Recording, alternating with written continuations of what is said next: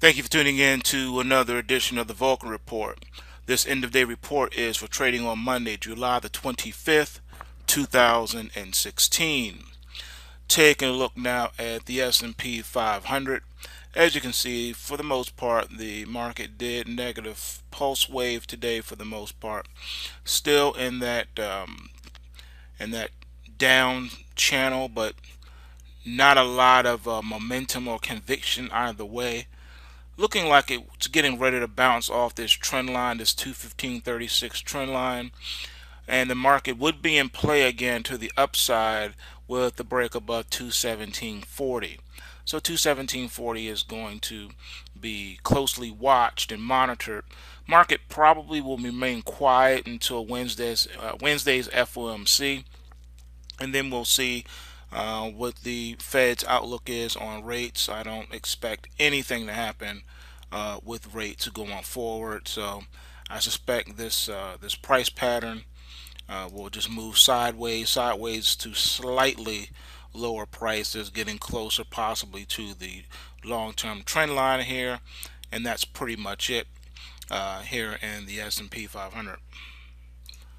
All right, looking at the NASDAQ 100, slightly different picture as this market is in a positive pulse wave situation right now, and it's looking like it wants to continue to climb higher, breaking the 114. So I'm looking for this to break 114 sometime this week. Between now and the FOMC is possible, as markets like to run up ahead of FOMC.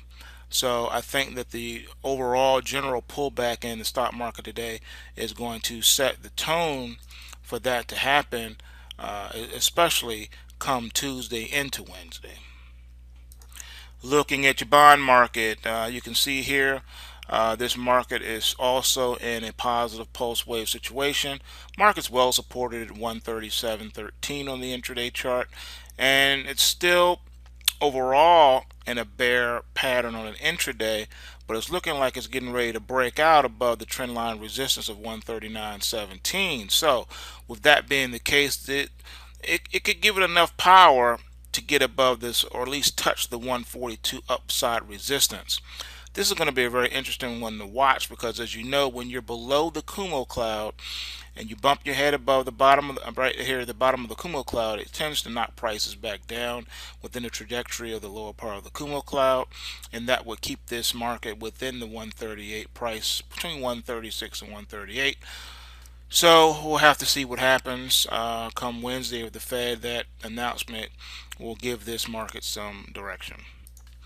All right, looking here at the crude oil market, as you can see, this market on an intraday basis is pulse waving down, gaining downside momentum, bouncing off of a new intraday low here, hitting 27.82 and then closing at 27.92. It is in the oversold category, but it looks like it could possibly try to lock something in here as futures remain under pressure, hitting the 42 handle. This market has nowhere else to go but to the downside right now. So momentum to the downside is looking pretty ugly. If this market were to break, let's say I want to give it 2760. If it breaks 2760, then it creates a downward trajectory on the daily chart and a negative pulse wave on the daily chart. So this market will be ready to rock and roll to the downside, and it looks like it is quickly becoming a shorting candidate right now. All right, taking a look now at your gold. As you can see, gold is still some selling in there, still weak, but not a lot of conviction with this selling. The market was going up and down all day today. On the long-term side, it looks it's still bullish overall, even though it's losing some of that bullish momentum. But it's still bullish. But the market also is in a negative pulse wave situation on the daily chart and on this intraday 4-hour chart. So Closing at 125.58. Upside resistance is at 127.11, just above the long-term trend line. And then that puts you at the bottom of the Kumo cloud. So this market is under a lot of pressure and could be looking at more downside. So looking a little weak right now in the GLD. And looking here at the Nugget, as you can see, the Nugget did play out today to the downside. So anyone who was shorting that had a lot of fun today dealing with that market, only because the futures was weak. But the weird part is that it wasn't that weak where it would show the Nugget coming down that much. But nevertheless, it is. And Nugget is not looking too hot. It's touching that long-term trend line on the daily chart, and it could go into a negative pulse wave situation further. It's already negatively pulse waving overall on the intraday and daily chart, but if it breaks the trend line support on the daily chart, that will put it trading below 119.28. A close below 119.28 would be very bearish, and that could set the stage for an acceleration to the downside here. So that's going to be an interesting one to watch going forward. You know, when we get these signals, it's not what you want to see per se, but you can't ignore them either. You have to deal with them. And when you get crash alerts or you get rally alerts, you got to take heed to them. You just can't afford to look the other way when you get the bad news. And I'll show you what I mean in a minute. All right, here's your silver SLV, and there is a crash alert for this week for this one, as the market is coming down here, and didn't get too much downside conviction on it. So it's nothing really, terrible that you can say about it or anything big to write home about. But it's one that you have to watch. It's in a negative pulse wave daily and the intraday chart. But overall pattern is still bullish. So can't say too much. So this is a corrective mode. Overhead resistance of 1879 if taken out on the intraday chart here. I would see longs starting to pile in on the SLV, and that would help push this to 19.50 into $20. All right, looking at the gold futures, as you can see, same situation here. Market's just caught in this sideways trading range, but bearish overall. So upside resistance is at 1329.70. So a break above 1329.70 would set the stage for longs to enter the market, but be cautious because that would throw you into the Kumo cloud of death. Taking a look now at the silver futures, same situation, but as you can see, we close on the upper side here. Market still remains relatively strong overall. It's in a bullish market. Lost some upside momentum, but still bullish. This is going to be one to watch this week. A break above 1985 would bring in the longs and push this trajectory up beyond the $20 range. So definitely watch the silver futures this week ahead. All right, looking at the crude oil futures, as you can see, it's locking in on the downside here on the intraday chart, and the daily chart is in a negative pulse wave as well, and it is gaining downside momentum.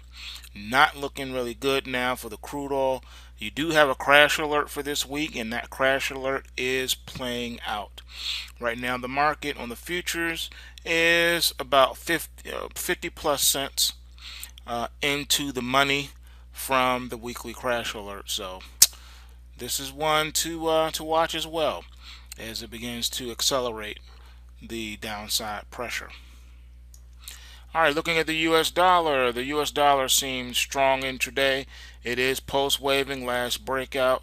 It's still moving and is well supported right now at the $97 range, and it's around 97.25 now. So it's coming down to test that. A violation of that would have it bouncing off the 96.89 trend line, and anything below that will put it into the Kumo cloud, and it could quickly accelerate below that. But as you and I know, with this being FOMC week, I do not see the Federal Reserve allowing that to happen. I see the dollar being well defended here along with bonds. I don't see the US dollar or bonds or anything else regarding the US stock market going down ever again. No crash, not even a serious correction ever again.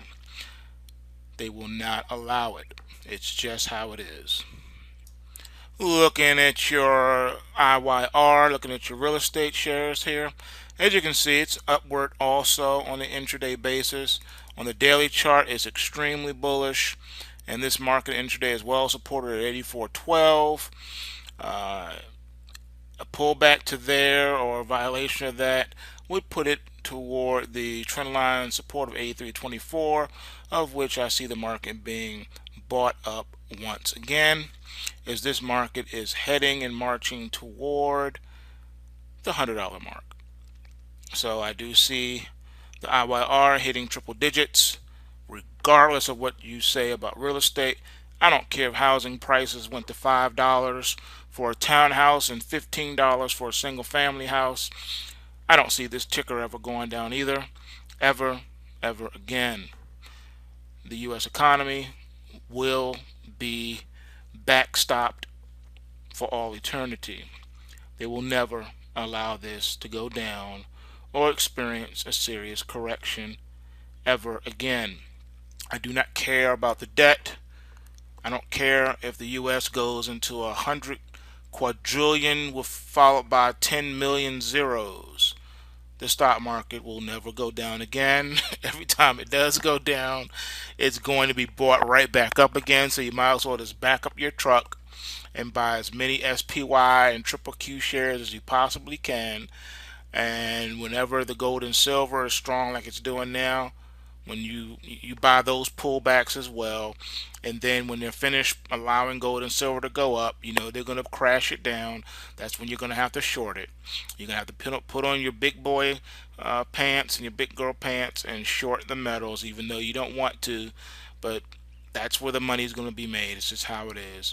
And it looks like this game that's being played with the oil is going to go on also for a protracted period of time, where they let it get up to around the $50 mark and maybe even 60 on a spike, but it's going to be shot back down. So every time you see crude oil rally, it's going to be time to short it. It's just the nature of the markets. We don't have to like it. We don't have to understand it, but we do have to trade it. So remember, bulls make money, bears make money, but pigs get slaughtered. So take what you can, give nothing back. And if you don't have time to watch the markets, hire me. That's what I'm here for. Be encouraged. Peace. This price pattern will just move sideways to slightly lower prices, getting closer possibly to the long-term trend line here, and that's pretty much it here in the S&P 500. Alright, looking at the NASDAQ 100, slightly different picture as this market in that down channel, but not a lot of momentum or conviction either way. Looking like it's getting ready to bounce off this trend line, this 215.36 trend line, and the market would be in play again to the upside with the break above 217.40. So it is in a positive pulse wave situation right now, and it's looking like it wants to continue to climb higher, breaking the 114. So I'm looking for this to break 114 sometime this week. Between now and the FOMC is possible, as markets like to run up ahead of 217.40 is going to be closely watched and monitored. Market probably will remain quiet until Wednesday's FOMC, and then we'll see what the Fed's outlook is on rates. I don't expect anything to happen with rates going forward, so I suspect this. Thank you for tuning in to another edition of the Vulcan Report.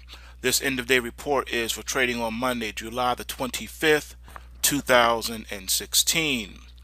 Taking a look now at the S&P 500. As you can see, for the most part, the market did negative pulse wave today for the most part. Still